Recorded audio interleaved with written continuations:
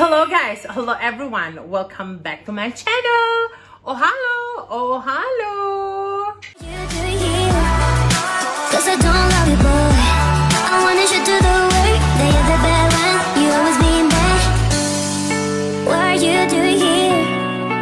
Cause I don't love you boy, I wanna shoot to the way that you're the bad one, you always being bad.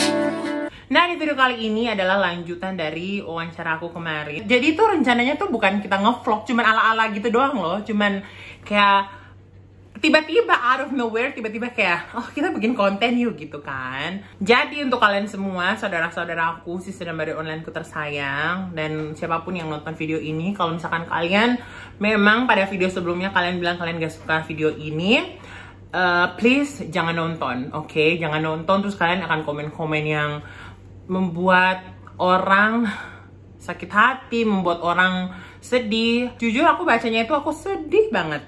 Karena aku di situ banyak yang bilang kayak, Kak Tasya lu berubah, Kak Tasya ini like bitch where? Tell me where? Dimana yang aku berubah? Kalian bilang, yang pada komen-komen itu bilang kalau aku ikut-ikutan orang, ngejulitin orang. Sayang, please tell me dimana di video itu aku julitin orang, dimana di video itu aku ngata-ngatain orang. Kalau kalian follow aku di Instagram dari dulu, oke, dari dulu, sayang, ada juga yang bilang aku pansos. Pansos di mana? Oke, pansos di mananya? Aku tanya, pansos di mananya? Dari dulu aku bergaul dengan bisa dikatakan salah satu orang yang penuh kontroversial dan banyak orang bilang kalau masalahnya itu banyak. Kalau seandainya aku mau pansos dari dulu, oke, aku mau pansos dari dulu, followersku nggak cuma 250, nggak cuma 260.000 followers aja di Instagram aku, dan subscribers aku nggak mungkin segini-segini aja gitu. Jadi aku kayak bingung gitu loh. Katanya kamu ngikutin aku dari dulu sampai sekarang, tapi kamu tidak tahu. Dan aku juga kayak, mereka bilang, Kak Tasya jangan ikut-ikutan untuk berkelahi ini, berkelahi itu. Sayang, aku bilangin lagi ya, kalau aku mau untuk berkelahi dari dulu udah aku lakuin. Lebih mendingan aku ikutan dari dulu ya kan? Mendingan aku ikutan dari dulu. Saat itu lihat nama-nama yang bisa dikatakan satu orang Indonesia tuh tahu siapa mereka kan. Kalau aku ngikutin, aku ikut berantem, ikut ngomongin ini, ngomongin itu. Tapi I decided untuk nggak ikutan gitu loh. Karena memang aku sadar gitu, aku masih banyak kesalahan. Bukan berarti teman-teman aku yang berkelahi itu mereka tidak sadar akan kesalahan mereka. Cuman ya begitu, kembali lagi ke aku gitu. Aku bukan tipe orang yang mau berantem. Aku bukan tipe orang yang mau ikut-ikutan masalah orang lain. Aku bahkan dijelek-jelekin pun di sosial media yang jelas-jelas gitu kan. Tapi aku nggak pernah sedikit pun balas gitu. Jadi ya aku agak-agak sedih aja gitu melihat komentar-komentar yang they don't watch it like dari menit pertama sampai terakhir, tapi mereka langsung directly judge bahwa aku begini begitu. Like, please come on. Jadi aku mau bilang untuk teman-teman semua yang kemarin komentar lumayan menyakitkan hati aku, please jangan nonton video kali ini, karena video ini lanjutan dari video aku kemarin. Tapi video kali ini tuh lebih fokus kepada aku menanyakan kepada Melly Bradley tentang bagaimana yang dia rasakan sebelum dan sesudah melakukan operasi gitu. Dan semoga video ini teman-teman bisa enjoy karena ada beberapa juga kelucuan-kelucuan yang kita lakukan. Teman-teman bisa menjadikan ini sebagai mungkin pengetahuan baru, ya kan? So ya, oke, untuk tidak berlama-lama lagi, langsung aja kita menuju ke videonya. Nah nih, aku mau tanya juga nih untuk Melly Bradley. Kan beberapa saat yang lalu aku sempat nonton di YouTube-nya seorang yang bisa dikatakan yang sangat terkenal, YouTuber yang sangat fenomenal, dia juga artis. Dia mewawancarai seorang teman kita, si Milan, ya kan? Oh, I see. Nah, terus di situ ada juga orang yang bilang bahwa apa benar itu kalau potong yang di bawah itu bisa membuat kita gila, stres, or something like that. Please jelaskan kepada semua pemirsa. Sekarang gini, ini edukasi juga untuk kalian. Ini edukasi buat kalian semuanya, buat yang di belakang juga, buat para perempuan-perempuan ya. Jujur aku juga nggak bisa meng-explain banyak karena aku pun masih hitungannya baru 2 tahun, tapi lumayan lah ya, udah 2 tahun it's quite a lot of time. Tapi yang aku rasain ya aku fine aja gitu loh. Tapi kalau untuk masalah hormon atau mood naik turun itu wajar. Cewek juga kayak begitu. Laki pun juga begitu. Ya, laki pun begitu. Tapi kalau misalkan efeknya buat kamu gila atau apa, itu enggak. Karena aku punya pemikiran tersendiri. Memang kalau misalkan hal itu bisa terjadi kalau emang pola hidup mereka tidak bagus, seperti misalkan menggunakan drugs, ya kan? Kita udah cukup hormon aja, kadang kita halu-halu gimana, gitu kan? Ditambah drugs, ya itulah makanya jadi gila. Nah, aku pun begitu, Kak Meli. Aku merasakan Bu Mami sama Kak Alin, Kak Rara. Aku juga kayak dengar itu kayak no. Aku nggak merasa Milan, percayalah mereka nggak gila sayang. I'm fine. Mereka digila-gilain orang bule. Nah terus aku tuh merasa kayak enggak kok, aku nggak merasakan begitu sama sekali. Malah justru aku lebih merasa happy, lebih merasa confident dibandingkan aku yang masih begini gitu. Dan lebih looks-nya, behave-nya lebih feminin ya. Iya betul. Lebih calm gitu, lebih calm. Jadi tergantung kita sih, makanya ada beberapa orang juga yang bilang kayak kalau kebanyakan hormon nanti gila. For me, dinding, dinding, dinding. Oh iya. Iklan. For me personally, aku nggak merasakan begitu sama sekali. Enggak, aku hormon nggak gila-gila, nggak halu-halu gimana, halu dalam sewajarnya gitu, kayak ngelihat contoh Kapten Ri gitu kan, aku nonton ganteng banget, terus aku nangisnya tuh lebih cepat gitu loh, lebih sensitif, tapi nggak gila-gila yang emangnya perempuan asli nggak begitu? Right kan, Mami? Sebagai perempuan asli gimana? Kan? Nah, kita berdua setahu gue ya, setiap manusia itu punya imajinasinya masing-masing, ya kan? Ada yang bisa mengontrol imajinasinya sampai dia bisa membedakan antara imajinasi dengan kehidupan nyata. Ada yang imajinasinya dia nggak bisa kontrol, jadi dia kira imajinasinya itu sebagai real life-nya dia. Apa sih sebenarnya? Iya. Menurut gue sih ini bukan masalah potong atau nggak potong ya, ya. Potong ayam kali ya.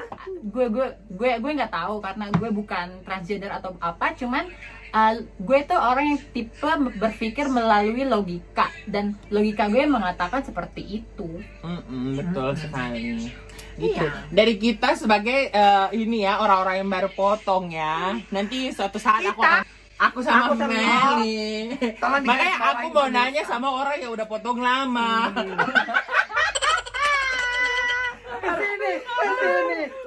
Udah potong lama dari kecil, dari lahir langsung udah potong rambutnya. Dari angsa masa dikuali, marah minta angsa dada 4 kali, sorong ke kiri, sorong ke kanan, la la la la la la la la la la. Pertanyaannya Asep dari Kuitang, Kak Stasia, kalau seandainya berhubungan keluarnya sama nggak sih, muncrat atau apa loncat? Keluarnya itu enak sekali loh Mami. Oh gitu ya. Gimana sister? Kalau keluar kita sebagai perempuan post-op sama perempuan asli. Perbedaannya. Ini harusnya adanya di YouTube gue. Nggak apa-apa, kan lu juga buat. Perbedaannya itu aku merasakan seperti ada dorongan gitu.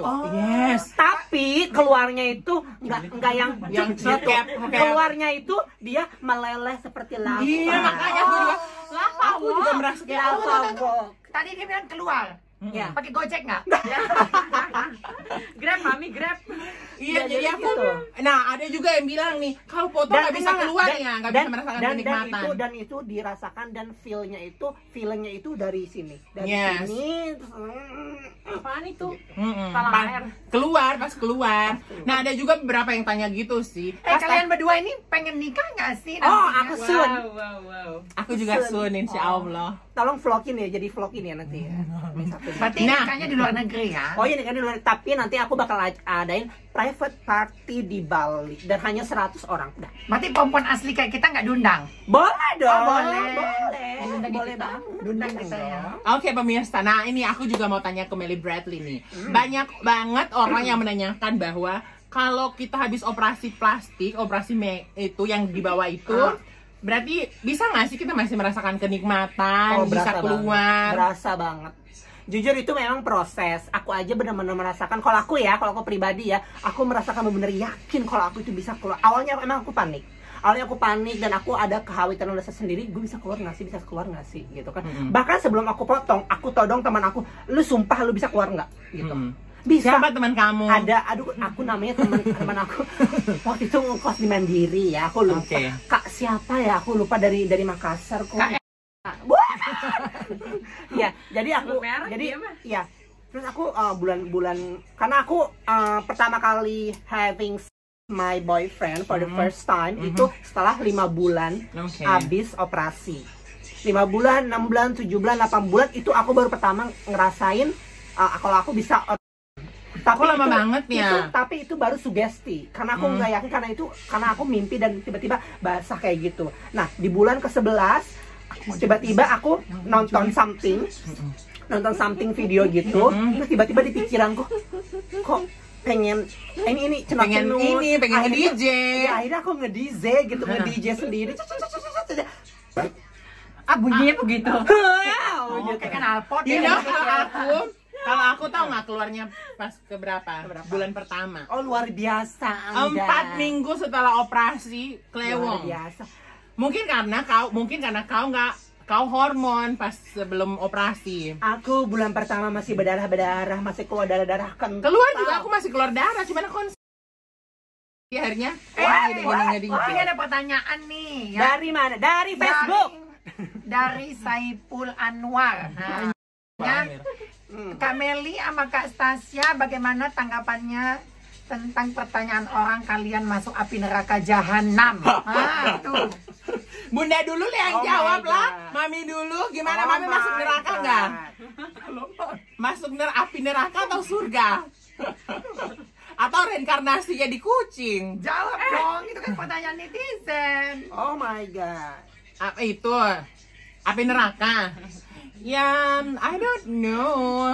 Apapun itu ya, aku sih percaya dengan kebaikan. Kalau selagi kita manusia itu baik, ya pasti Tuhan juga akan melihat gitu hati kita, bagaimana kita berkontribusi kepada diri kita, kepada keluarga kita, terhadap sesama, berbuat baik. Exactly. Ya, kalian tahu nggak sih? Karena Tuhan aku percaya bahwa Tuhan aku tuh maha penyayang dan maha pengampun. Exactly, benar.